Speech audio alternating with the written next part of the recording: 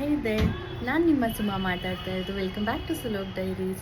So ಇವತ್ತು ನಾನು ಒಂದು ಡೇಂಜರಸ್ ಡೇರನ್ನು ತೊಗೊತಾ ಇದ್ದೀನಿ. ಮೋಮೋ ಟಿ ವಿ ನೋಡ್ತಾ ಇದ್ದಾನೆ, ಅವನಿಗೆ ಗೊತ್ತಿಲ್ಲ ನಾನು ರೂಮಿಗೆ ಬಂದು ರೂಮ್ ಬಾಲ್ಕನಿಯಲ್ಲಿ ಈ ವಿಡಿಯೋನ ಮಾಡ್ತಾ ಇರೋದು.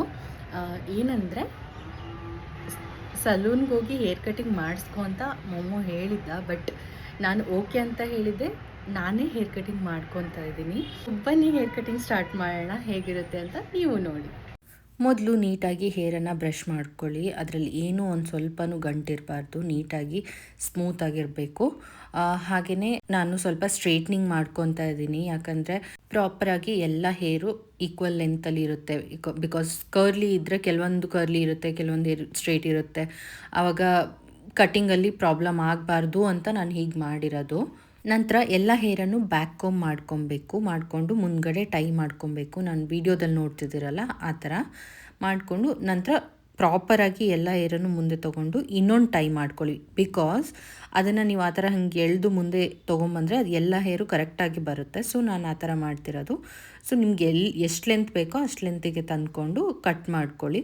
ಆಗ ಹೇರ್ಸ್ ಕೂಡ ಕೆಳಗಡೆ ಬಿದ್ದು ಆದರೆ ಕ್ಲೀನ್ ಮಾಡೋಕ್ಕೂ ತೊಂದರೆ ಆಗಲ್ಲ. ಅದಕ್ಕಾಗಿ ನಾನು ಆ ಥರ ಮಾಡಿದ್ದು.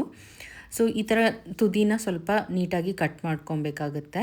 ನಂತರ ನೋಡಿ ಹೇಗಾಗಿದೆ ಫಸ್ಟ್ ಸ್ಟೆಪ್ ಹೇರ್ ಕಟ್. ಇದು ಲೇಯರ್ ಹೇರ್ ಕಟ್ ಆಗಿರೋದ್ರಿಂದ ಸ್ವಲ್ಪ ಟೈಮ್ ತೊಗೊಳುತ್ತೆ, 2-3 ರೌಂಡ್ ಮಾಡಬೇಕಾಗತ್ತೆ. ಸೊ ಸೆಕೆಂಡ್ ಲೇಯರ್ ಕಟ್ ಮಾಡಬೇಕಾದ್ರೂ ಹಾಗೆಯೇ ನಾವು ಕಿವಿ ಹತ್ತಿರಿಂದ ತೊಗೊಬೇಕಾಗತ್ತೆ. ಅದಷ್ಟು ಕೂದಲನ್ನು ಕೆಳಗಡೆ ಬಿಟ್ಟು ಉಳಿದಿರೋಷ್ಟು ಕೂದಲನ್ನು ಮುಂದೆ ಬ್ಯಾಕ್ ಕೋಮ್ ಮಾಡಿ ಅದನ್ನು ಟೈ ಮಾಡ್ಕೊಬೇಕಾಗುತ್ತೆ.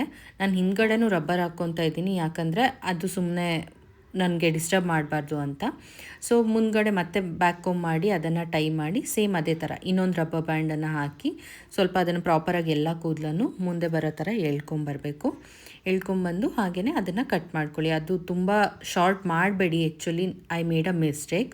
ಸೊ ಅದನ್ನು ಕಟ್ ಮಾಡಾದಮೇಲೆ ಮತ್ತೆ ಅದೇ ಥರ ತುದಿನ ಸ್ವಲ್ಪ ಚಾಪ್ ಮಾಡಬೇಕಾಗುತ್ತೆ. ಚಾಪ್ ಮಾಡಿ ನೆಕ್ಸ್ಟ್ ಸ್ಟೆಪ್ ನೋಡಿ, ನಂದು ತುಂಬ ಶಾರ್ಟ್ ಆಗಿಬಿಡ್ತು. ನನ್ನ ಲಾಸ್ಟ್ ಲೇಯರ್ಗಿಂತ ಇದು ತುಂಬಾ ಶಾರ್ಟ್ ಆಗಿಬಿಡ್ತು, ಹಾಗಾಗಿ ಅಷ್ಟು ನೀಟಾಗಿ ಬಂದಿರಲಿಲ್ಲ.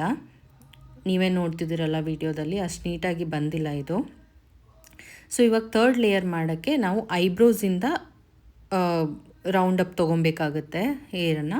ಸೊ ಅದನ್ನು ಮತ್ತೆ ಬ್ಯಾಕ್ ಕೋಮ್ ಮಾಡಿ ನಾನು ಇದನ್ನು ಒಂದು ಸತಿ ರೈಟ್ ಒಂದು ಸತಿ ಲೆಫ್ಟ್ ಆ ಥರ ಮಾಡಿ ಕಟ್ ಮಾಡಬೇಕಾಗುತ್ತೆ. ನೀವು ವೀಡಿಯೋದಲ್ಲಿ ನೋಡ್ತಿದ್ದೀರಲ್ಲ ಆ ಥರ ರೈಟಿಗೆ ಒಂದು ಸತಿ ಫುಲ್ ಪುಲ್ ಮಾಡಬೇಕು, ಲೆಫ್ಟಿಗೆ ಪುಲ್ ಮಾಡಬೇಕು. ಏನು ಕೂದಲು ಬಿಟ್ಟೋಗಿರುತ್ತಲ್ಲ ಅದನ್ನು ಮತ್ತೆ ಎಳೆದು ಇದು ಮಾಡಬೇಡಿ, ಅದನ್ನು ಬಿಟ್ಟಿರೋದನ್ನು ಹಾಗೆ ಬಿಡಿ.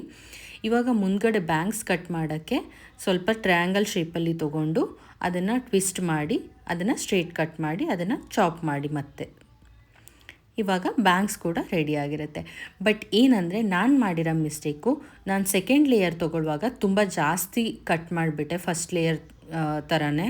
ಸೊ ಆ ಥರ ಮಾಡಬಾರ್ದು, ಸ್ವಲ್ಪನೇ ಚಾಪ್ ಮಾಡಬೇಕು ಆಫ್ಟರ್ ಫಸ್ಟ್ ಲೇಯರ್, ಇಲ್ಲಾಂದರೆ ಅದು ಪ್ರಾಪರಾಗಿ ಇದು ಬರಲ್ಲ. ಇವಾಗ ನೀವು ನೋಡ್ತಿರ್ಬೋದು ನನ್ನ ಫಸ್ಟ್ ಸ್ಟೆಪ್ಗೂ ಸೆಕೆಂಡ್ ಸ್ಟೆಪ್ಗೂ ತುಂಬಾ ಡಿಫ್ರೆನ್ಸ್ ಇದೆ.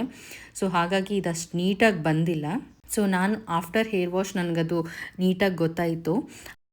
ಸೊ ಇವಾಗಷ್ಟೇ ಹೇರ್ ವಾಶ್ ಮಾಡ್ಕೊಂಬಂದೆ. ಮೋಮೋಗೆ ಇನ್ನೂ ಗೊತ್ತಿಲ್ಲ, ಅವ್ನು ಟಿ ವಿ ನೋಡ್ತಾನೆ ಇದ್ದಾನೆ. ನಾನು ಜಸ್ಟ್ ಹೇರ್ ಕಟಿಂಗ್ ಮಾಡ್ಕೊಂಡು ಸುಮ್ಮನೆ ಸ್ನಾನಕ್ಕೆ ಹೋದೆ. ನಾನು ಹೇರ್ ಡ್ರೈ ಆದಮೇಲೆ ಅವನಿಗೆ ತೋರಿಸೋದು, ಬಿಕಾಸ್ ಅದು ಅಷ್ಟೊಂದು ನೀಟಾಗಿ ಫಿನಿಶಿಂಗ್ ಅನಿಸಲ್ಲ. ಸೊ ನೋಡೋಣ ಅವಾಗ ಏನು ಹೇಳ್ತಾರೆ ಅಂತ ನಾನು ನಿಮ್ಮ ಹತ್ರ ಹೇಳ್ತೀನಿ. ನನಗೆ ಪರ್ಸ್ನಲಿ ಅಟ್ಲೀಸ್ಟ್ ಇಲ್ಲಿವರೆಗೆ ಅಷ್ಟೊಂದು ಇಷ್ಟ ಆಗಿಲ್ಲ.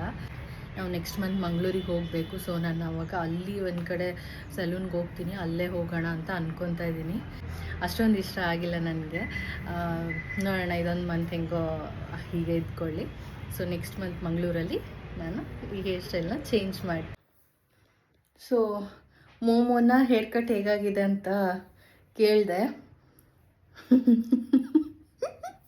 ಇಲ್ಲಿ ಕಚ್ಚಿದಂಗೆ ಆಗಿದೆ ಅಂತ ಹೇಳ್ದ. So please don't try at home. See, ಇದಿಷ್ಟು ಉದ್ದ, ಇದಿಷ್ಟು ಗಿಡ್ಡ. So don't try at home. ಈ ವಿಡಿಯೋ ನಿಮಗೆ ಹೇಗೆ ಅನ್ನಿಸ್ತು ಅನ್ನೋದನ್ನು ಕಮೆಂಟ್ ಮಾಡೋದನ್ನು ಪ್ಲೀಸ್ ಮರಿಬೇಡಿ. ಹಾಗೆ do like, share and subscribe ಅಂತ ಹೇಳ್ತಾ see you in the next one. Take care, bye.